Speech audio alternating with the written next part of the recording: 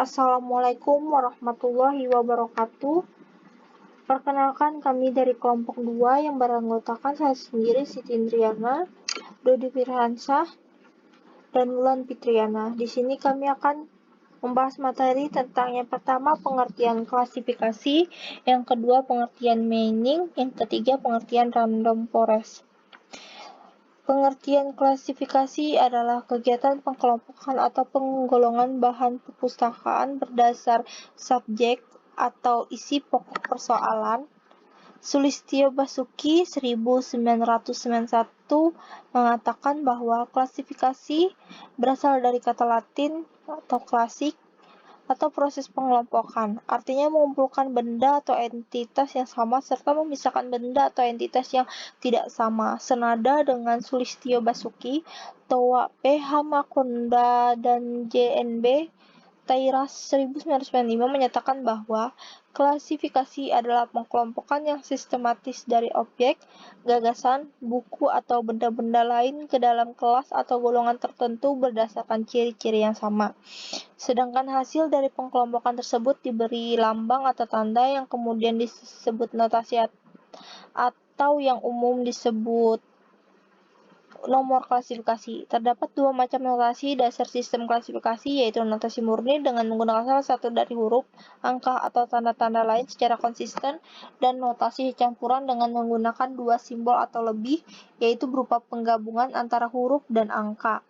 Selanjutnya, berdasarkan Kamus Besar Bahasa Indonesia atau KBBI, klasifikasi adalah penyusunan bersistem dalam kelompok atau golongan menurut kaidah atau standar yang ditetapkan. Klasifikasi adalah konsep dasar dan bagian dari hampir semua jenis kegiatan.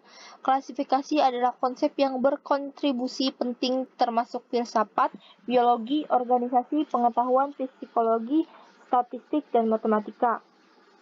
Selain menurut KBBI, menurut Merriam-Webster, klasifikasi adalah pengaturan sistematis dalam kelompok atau kategori sesuai dengan kriteria yang ditetapkan. Sementara menurut Cambridge Dictionary, klasifikasi adalah tindakan atau proses dari membagi hal-hal ke dalam kelompok-kelompok sesuai dengan jenis mereka. Selanjutnya ada tujuan klasifikasi, yaitu untuk mempermudah dalam mengenali. Yang pertama, mengelompokkan sesuatu berdasarkan persamaan dan ciri-ciri yang dimiliki. Yang kedua, mendeskripsikan ciri-ciri sesuatu untuk membedakan dengan sesuatu yang lain. Yang ketiga, mengetahui hubungan dan keterkaitan, memberikan kategori untuk memudahkan. Yang terakhir, menyederhanakan objek untuk lebih mudah diketahui. Selanjutnya, proses sistem klasifikasi. Proses klasifikasi makhluk hidup dikelompokkan berdasarkan persamaan serta perbedaan terhadap ciri-cirinya, yakni diantaranya sebagai berikut. Yang pertama, sistem klasifikasi alami, yaitu suatu pengelompokan dengan berdasarkan ciri anatomi, morfologi, dan serta fisiologi. Yang kedua, ada sistem klasifikasi filogeni. Sistem klasifikasi filogeni adalah suatu pengelompokan yang lebih mendekat kepada sejarah evolusi. Yang ketiga, sistem klasifikasi buatan, yaitu suatu pengelompokan berdasarkan dengan ciri morfologi yang mudah dilihat.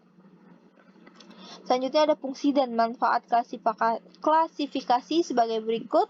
Yang pertama, dapat mengenal keanekaragaman hayati, mengetahui berbagai jenis spesies makhluk hidup yang diantaranya meliputi ciri makhluk hidup, hubungan kerabatan dan interaksi antar makhluk hidup terhadap lingkungannya. Yang ketiga, mengenal ciri-ciri unggul dari berbagai macam spesies makhluk hidup, tentu saja dengan memanfaatkan secara langsung antara lain untuk bahan pangan, sandang, serta papan.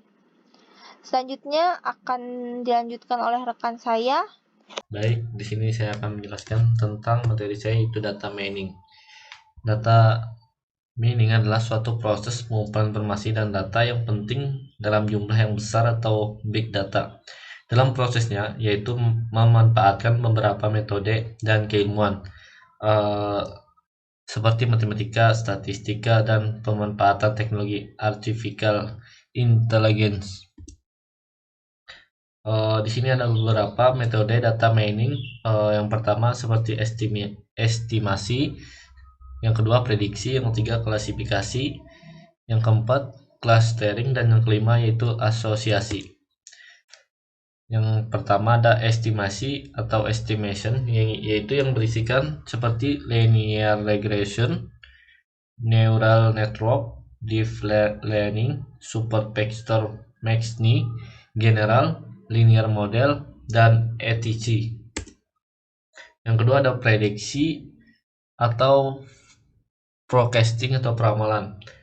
Di sini ada beberapa dalam prediksi, yaitu seperti linear regression, neural network, deep learning, support vector machine, general linear model, dan etc.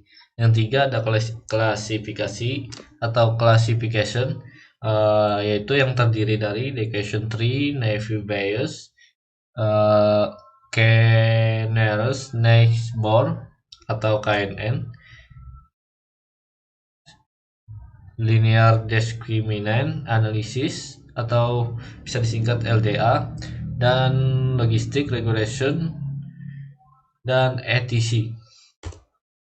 Yang keempat ada clustering atau clustering yang terdiri dari key maps, key mediates, self-organizing maps atau SOM, push maps atau VCM, dan etc.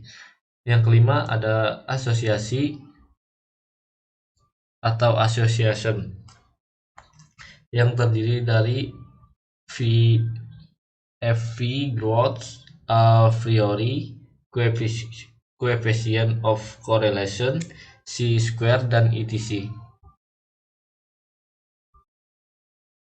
Baik, mungkin itu saja penjelasan dari saya. Wassalamualaikum warahmatullahi wabarakatuh.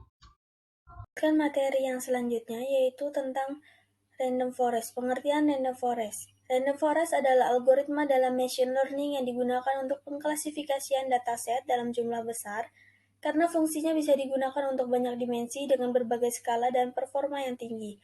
Klasifikasi ini dilakukan melalui penggabungan tree dalam decision tree dengan cara training dataset yang kita miliki. Salah satu algoritma terbaik dalam machine learning ini menggunakan decision tree atau pohon keputusan untuk melangsungkan proses seleksi, di mana tree atau pohon decision tree akan dibagi secara rekursif berdasarkan data pada kelas yang sama. Dalam hal ini, penggunaan tree yang semakin banyak akan mempengaruhi akurasi yang didapat menjadi lebih optimal.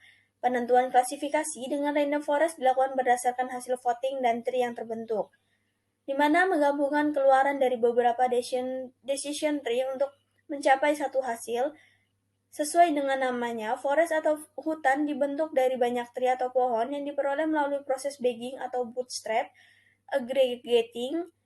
Setiap tree pada random forest akan mengeluarkan prediksi kelas, di mana prediksi kelas dengan vote yang terbanyak menjadi kandidat prediksi pada model. Semakin banyak jumlah tree, maka akan menghasilkan akurasi yang lebih tinggi dan mencegah masalah overfitting.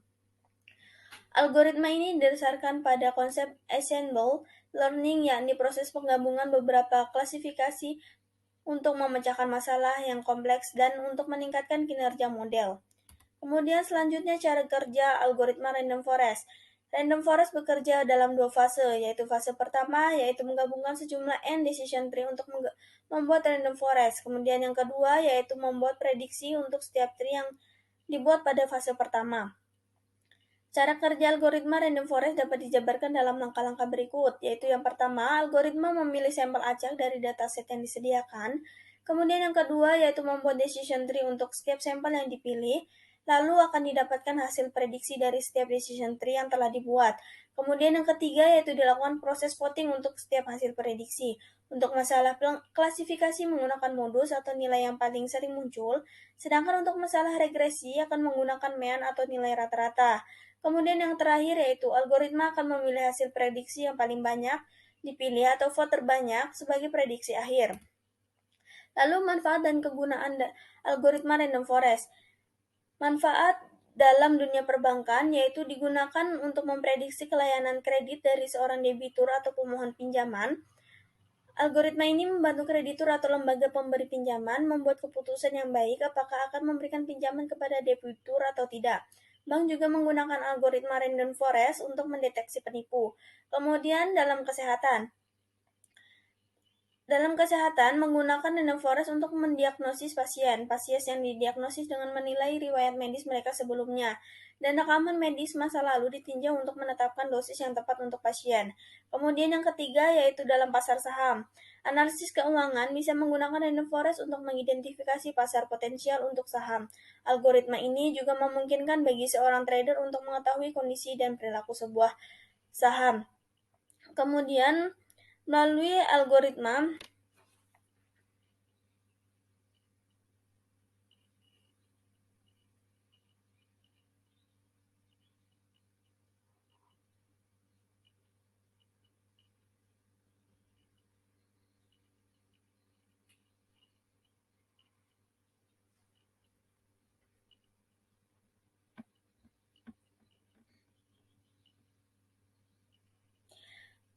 Melalui algoritma random forest, vendor e-commerce dapat memprediksi preferensi pelanggan berdasarkan perilaku konsumsi masa lalu. Kemudian kelebihan dari algoritma random forest. Berikut adalah kelebihan dari algoritma random forest, yaitu yang pertama, kuat terhadap data outlier atau pencilaan data. Kemudian yang kedua, bekerja dengan baik dengan data non-linear. Lalu risiko overfitting lebih rendah. Kemudian berjalan secara efisien pada kumpulan data yang besar. Lalu yang terakhir yaitu akurasi yang lebih baik daripada algoritma klasifikasi lainnya. Kemudian materi yang terakhir yaitu kekurangan algoritma random forest. Adapun kelemahan dari algoritma random forest ini yaitu yang pertama, random forest cenderung bias saat berhadapan dengan variabel kategorikal. Kemudian waktu komputasi pada dataset berskala besar relatif lambat, lalu tidak cocok untuk metode linear dengan banyak fitur sparse. Demikian yang dapat kami sampaikan, kurang lebihnya kami mohon maaf. Saya akhiri, Assalamualaikum warahmatullahi wabarakatuh.